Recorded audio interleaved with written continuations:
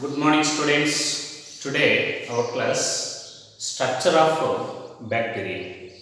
Students, bacteria it is a minute organism. They are abundant microorganisms which show ubiquitous in origin. So, every bacterial cell, this is represented by externally covered by a cell wall. This cell wall is made up of this is this is made up of peptidoglycan. Peptidoglycan. This is also called murin, or is also called murin. So, is represented by externally covered by cell wall. This cell wall it provides a definite shape to the bacterial cells. Just next to this cell wall, there is a thin elastic membrane. This thin elastic membrane, this is called a plasma membrane. Some infoldings of plasma membrane, they are considered as mesosomes. Generally, this is also represented by nuclei, which is not covered by any nuclear membrane.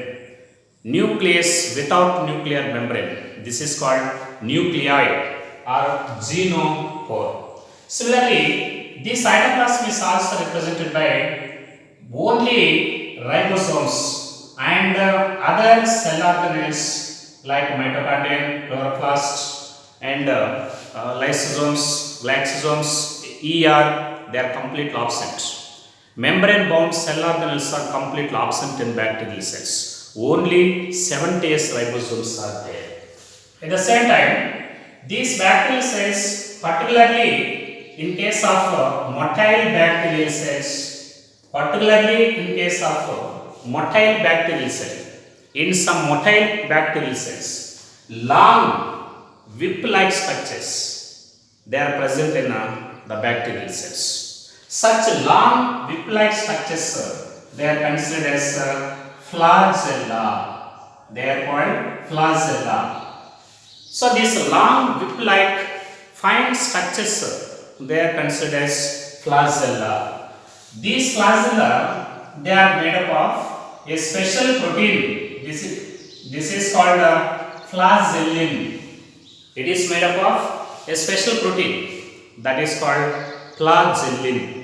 At the same time, these type of flagella they help in the movement of bacterial cells. They help in movement of the cells, movement of bacterial cells. These help in the movement of bacterial cells away from the adverse conditions, or they move towards the favorable conditions. That is the importance of these flagella. Similarly, these flagella depending upon number and arrangement,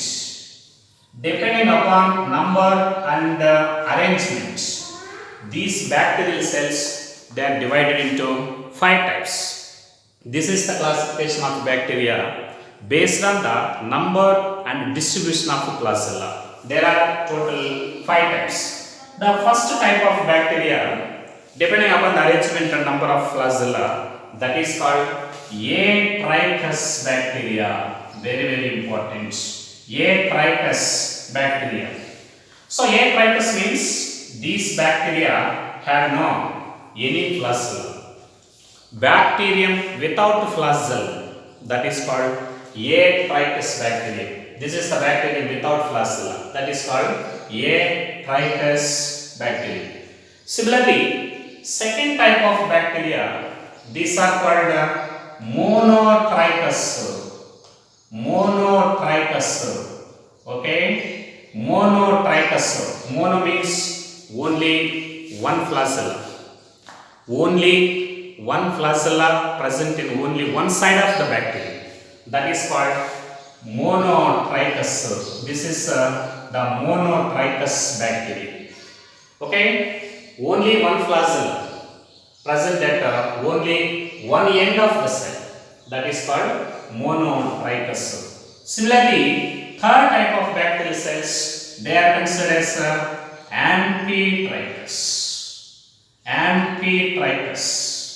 These bacterial cells are called Amphitrachus. Amphi means both, either single flagella or a group of flagella. They are present on either side of the bacterial cell. This is one flagellum on one side. This is another flagellum on another side. Either single or a group of flagella, they are present on both sides. This is called Amphitrachus bacteria.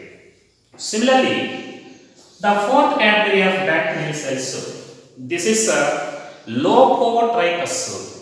Lopotrichus, very important. Another one, Lopotrichus bacterium.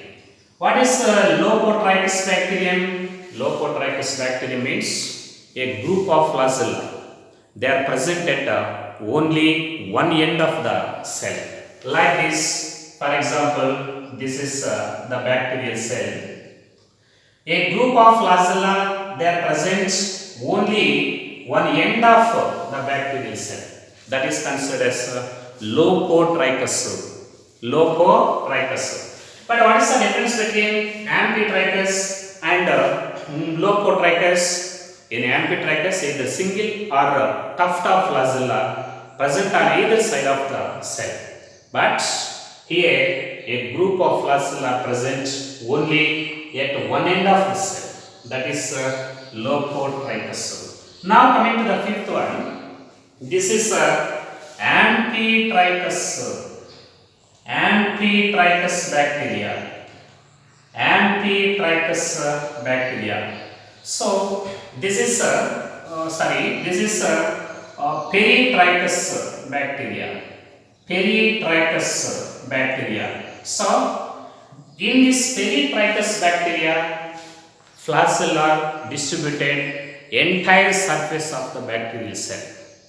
If the flagella are present all over the surface of the bacterial cell, that is called Peritrichus bacteria. Like this, for example, this is the bacterial cell and their flagella.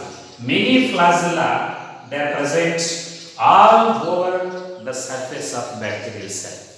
This is Peritrichus bacteria. In this way, these flagella, they help in the movement of the cells. They help in the movement of cells away from the adverse environment or towards the favorable environmental conditions, etc. Similarly, most of them, they are present in motile bacterial cells. Depending upon the number and distribution of this flagella, bacterial cells are divided into total 5 types. One is Atrichus bacteria, bacterium without flagella. Second one, Monotrichus bacteria, only one flagellum at one end. Next one, Amphitrachus bacteria, either one or a tuft of flagella on both ends of the cells. And Lopotrichus bacteria, a group of flagella present at only one end of the cell. Then Peritrichus bacteria. These Peritrichus bacteria, here flagella are distributed all over the surface of bacteria. This is the classification of bacteria based on the number and distribution of flagella. At the same time, these bacterial cells, most of the gram-negative bacterial cells, these also contain circular, double-stranded, naked DNA segments. Double-stranded, circular, naked plasmids, they are self-duplicating extra segments of DNA. So these called plasmids. This is a plasmid. Okay, these are double-stranded, naked, circular, and self-duplicating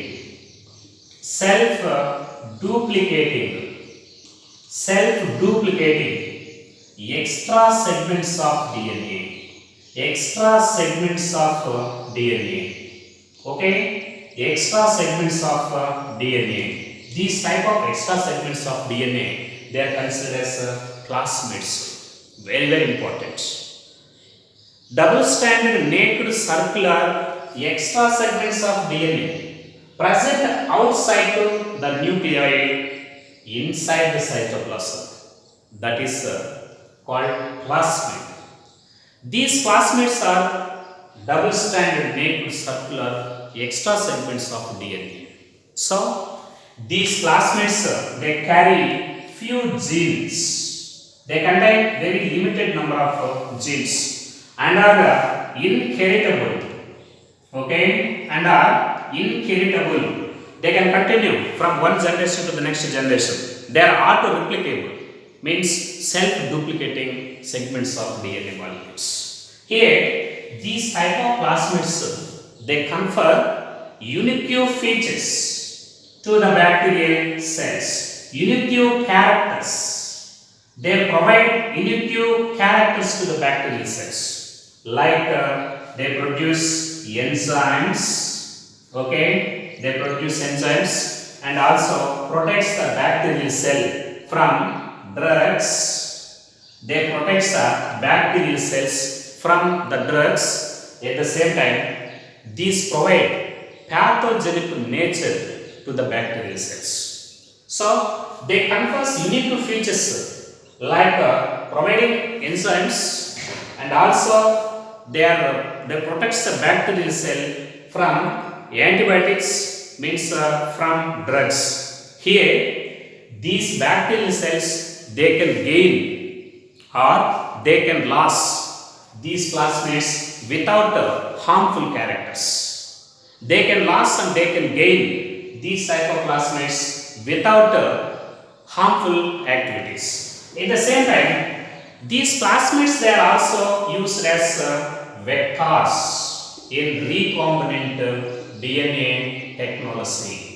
In recombinant DNA technology, they can be used as vectors. In recombinant DNA technology, desirable genes are inserted into these vectors at the first time. Then, these recombinant DNA means the vector into which the desired genes are inserted. That is called recombinant DNA. Now, this is introduced into a sortable host. So, these plasmids they are highly useful as vectors to deliver the desired genes in a recombinant DNA technology.